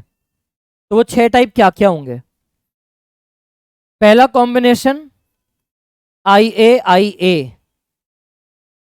IA के केस में हमारे पास सरफेस पर सारे एंटीजन ए मिलेंगे। कोडोमिनेंस वाला नोट खोलो लास्ट क्लास का, हमने कहा था सर्कल से एंटीजन ए को दिखा रहे हैं, तो एंटीजन ए है। एंटीबॉडी जो होती है वो बी के अगेंस्ट बनती है, और ब्लड ग्रुप को हम इनके मेंबर्स को बोल देते हैं blood group A. Second combination IA के साथ IB, इसमें हमने कहा था कुछ एंटीजेंस ए वाले होंगे और कुछ एंटीजेंस बी वाले भी होंगे। तो ए भी है, बी भी है। इनके पास एंटीबॉडी नहीं होगी, अगर एंटीबॉडी बनाएंगे तो इनके पास अपने ही दिक्कत आ जाएगी। इस ब्लड ग्रुप को हम AB ब्लड ग्रुप बोल देते हैं। और लास्ट कॉम्बिनेशन IA के साथ रिसेसिव आई। अब इस केस में भी रिसेसिव आई तो कोई शुगर नहीं बना रहा, लेकिन A जो है वो एंटीजन A बनवा देगा। एंटीबॉडीज B के अगेंस्ट, ब्लड ग्रुप बन गया A। फिर केस आता है IB के साथ IB। इसमें सारे सरफेस पर सिर्फ क्या मिलेगा हमें? Antigen B। इनके ब्लड में एंटीबॉडी होती है A के अगेंस्ट, और ब्लड ग्रुप कहलाने लगता है ब्लड ग्रुप B। फिर कॉम्बिनेशन अगर मैं IB के साथ IA लिखूं तो वो यही सेम कॉम्बिनेशन है। IA IB या IB IA लिखूं एक ही बात है, तो उसको हम रिपीट नहीं करेंगे। IB के साथ रिसेसिव आई, तो रिसेसिव आई तो कुछ नहीं करेगा। Antigen B, antigen B, antibodies A, blood group B। और लास्ट कॉम्बिनेशन दोनों रिसेसिव, तो ना तो एंटीजन A का है ना एंटीजन B का है। एंटीबॉडीज इसके पास दोनों होंगी, A की भी एंटीबॉडी लेके बैठा है, B की भी एंटीबॉडी लेके बैठा है, और तब हम ब्लड ग्रुप को बोल देते हैं ब्लड ग्रुप O। तो फिनोटाइप कितने दिख रहे हैं total? 4। A blood group, AB blood group, B blood group, O blood group. 4 type के फिनोटाइप्स हैं और 6 टाइप के जीनोटाइप्स। AB में हमें क्या दिख रहा है यहां पे? कोडोमिनेंस। नंबर 3 में IA और I में सारे क्या हैं? A एंटीजन, तो ये हमें दिख रही है कंप्लीट डोमिनेंस। IB I में भी हमें क्या दिख रहा है? सारा IB का एक्सप्रेशन, कंप्लीट डोमिनेंस।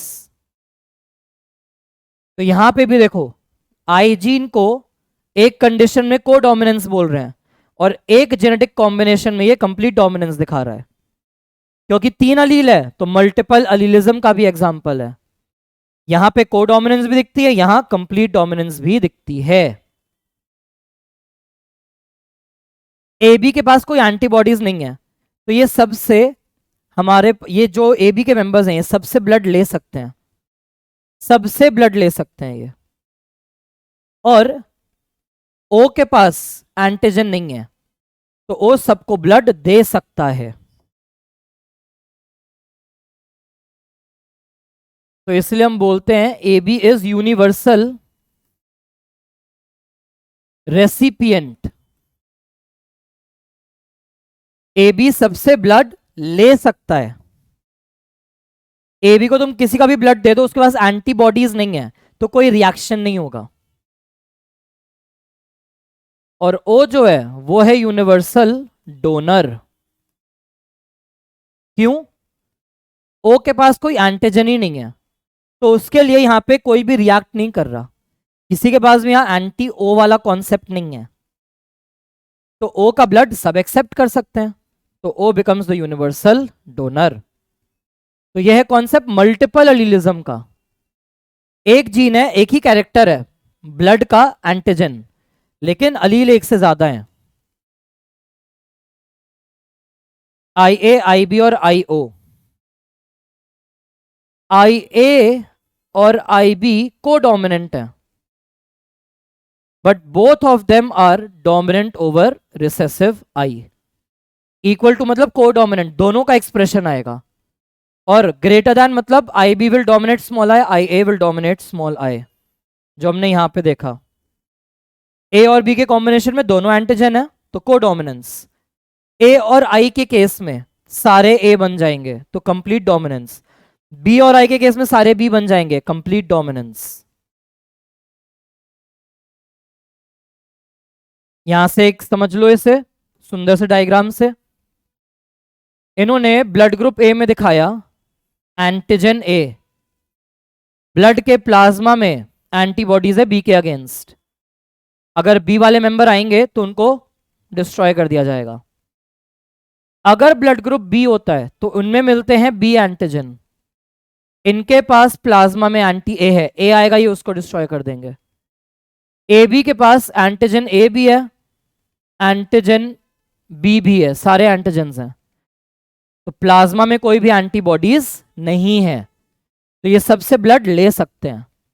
और ओ के पास दिख रहा है कोई एंटीजन नहीं है, तो इसके प्लाज्मा में एंटीबॉडीज दोनों की हैं, एंटीजन नन है, तो ये सबको ब्लड दे सकता है। ठीक है, ब्लड ग्रुप्स जो आप लिखते हो ए बी ओ और ये, these are known as the 4 phenotypes।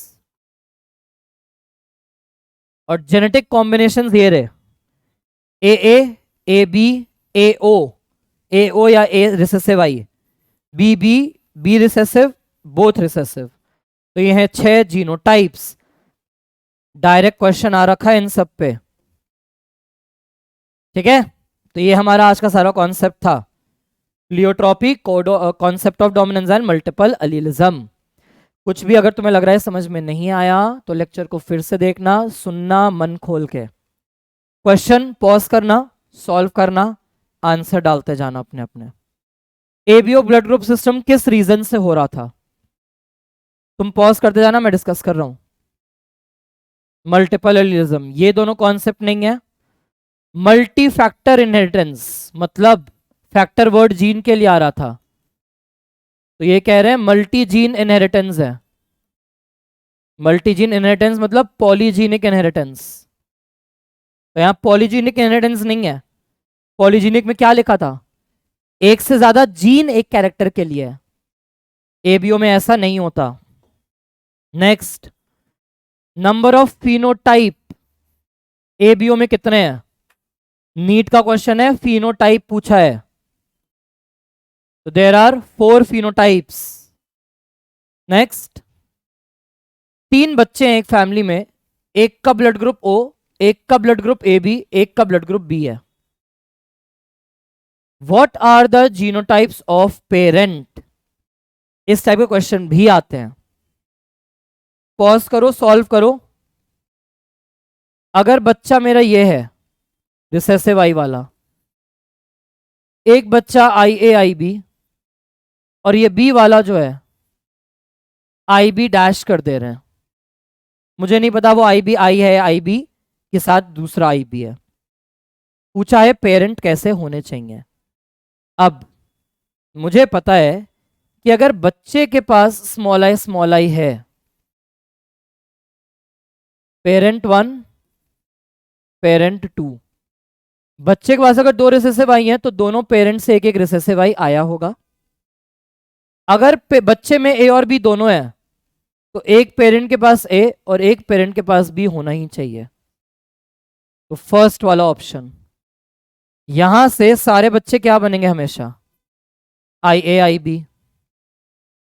यहां से जो बच्चे बनेंगे वो क्या बनेंगे, IA I and IB I। और यहां से बच्चे क्या बनेंगे, IA IB and IA I। तीनों कॉम्बिनेशन तभी आएंगे जब दोनों पेरेंट हेट्रोजाइगस होंगे। नेक्स्ट, स्टेटमेंट को पढ़ के करेक्ट ऑप्शन चूज करना है। Percentage of homozygous dominant by selfing capital A small A is 25%। तो सही है। हमने कहा था जब भी आप किसी हेट्रोजाइगस को क्रॉस कराओगे तो आपको 3 रिजल्ट मिलते हैं, 25%, 50% and 25%। Type of genetically different gametes produced by this genotype is 2। क्या दिख रहा है? एक ही हेट्रोजाइगस लोकेशन है, 2 की पावर 1 इज 2, तो ये भी ट्रू है। फिनोटाइपिक रेशियो बोला है मोनोहाइब्रिड F2 का मिराबिलिस जलापा में 3:1, तो ये फॉल्स है। मिराबिलिस जलापा में हमने कहा था इनकम्प्लीट डोमिनेंस है। फिनोटाइपिक रेशियो भी 1:2:1 आएगी। तो क्या है, क्या सारे स्टेटमेंट्स ट्रू हैं? नहीं, 1 और 2 ट्रू है, 3 हमारा फॉल्स है। यस, 1 और 3 ट्रू है, 3 ट्रू नहीं हो सकता।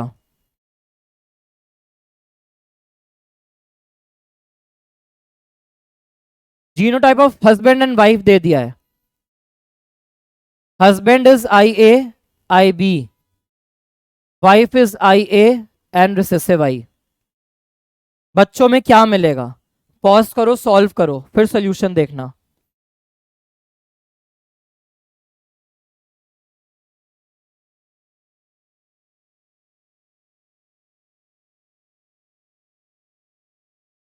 क्या दिख रहा है हमें? IA IA, IA के साथ रिसेसिव I, IA के साथ IB, IB के साथ रिसेसिव I। तो ये 1, 2, 3 और 4 जीनोटाइप बिल्कुल अलग हैं। 4 जीनोटाइप बिल्कुल अलग हैं। फिनोटाइप अगर मैं देखूं तो blood group A, blood group A, blood group AB, blood group B। Phenotype 3 ही है।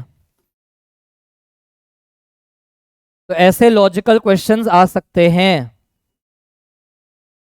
नेक्स्ट, फादर AB है, मदर O है, बच्चे के पास क्या मिलेगा?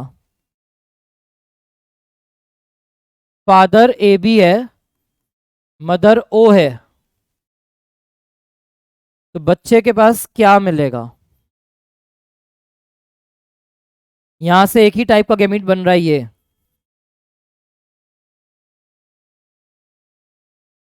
Blood group A, blood group B, तो कोई भी ब्लड ग्रुप बन सकता है। O ब्लड ग्रुप नहीं बन सकता, सिर्फ A या सिर्फ B नहीं बनेंगे। नेक्स्ट, एक एक्सीडेंटल इंटरचेंज हुआ बच्चों के बीच में। Baby of blood group A could not be rightly given to a people। इसमें से किसको आप ब्लड ग्रुप A वाला बच्चा नहीं दे सकते?